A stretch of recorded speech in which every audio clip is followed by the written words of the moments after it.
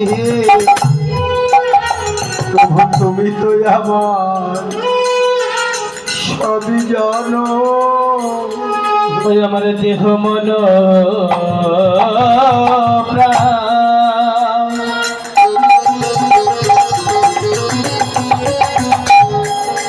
ওই আমি সপে দিয়েছি হরিবল হরিবল। প্রভু তো তুমি আমার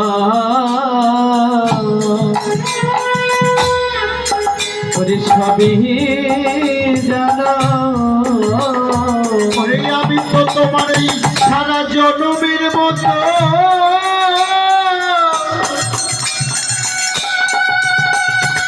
আমার দেহ মন প্রাণ সঁপে দিয়েছি।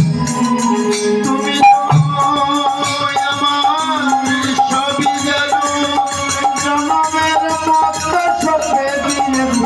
তুমি তো সবই জানো, জনমের মতো সঁপে দিয়েছি। তুমি তো আমার সবই জানো, জনমের মতো সঁপে দিয়েছি। তুমি তো আমার সবই জানো। হরি বল হরি বলে, তুমি তো আমার সবই জানো। বল হরি বল হরি বলে। প্রভু তুমি তো আমার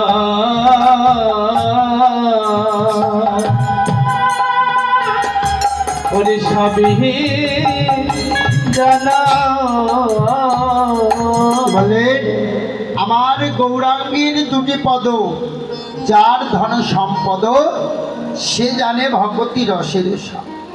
আমার দেখবে জাগতিক জগতে কিন্তু কোনো সন্ন্যায় ধর্ম নাই।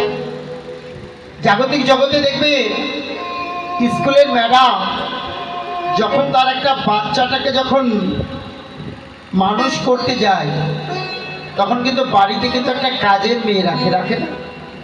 যেমন ওই কাজের মেয়েটা স্কুলের বাচ্চা ম্যাডামের বাচ্চাটাকে আদর ভালোবাসা দিয়ে সর্বময় কিন্তু আগলে রাখে, কিন্তু মনে মনে কিভাবে জানে ওই কাজের মেয়েটা ম্যাডামের বাচ্চাটাকে আগলে করে ভালো রাখে সর্বময়, কিন্তু মনে মনে ভাবে বিকাল 5টা কখন বাজবে আর আমি আমার বাড়িতে কখন ফিরে যাব, আর ম্যাডামের বাচ্চাটাকে তার হাতে আমি কখন দিই।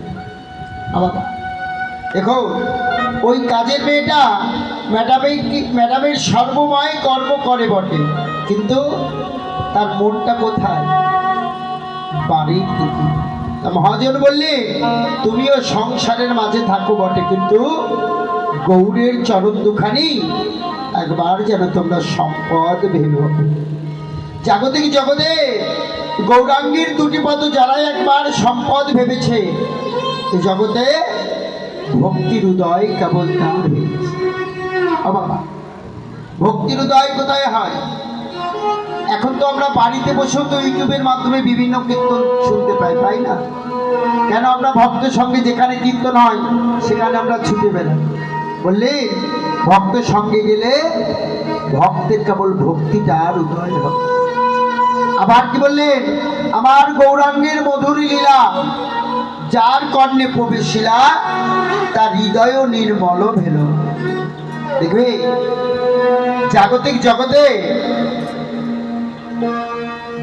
জগতে বাড়িতে 1 মাস ভগবানের সেবা দিলে যে কৃপা লাভ হয়, 1 মাস যে কৃপা দিলে যে লাভ হয়, একদিন এক রাত ভগবান শ্রীকৃষ্ণের লীলা রস আস্বাদন করলে ওই 1 মাসের কৃপা তার একদিনে তার কৃপা লাভ হয়ে হরি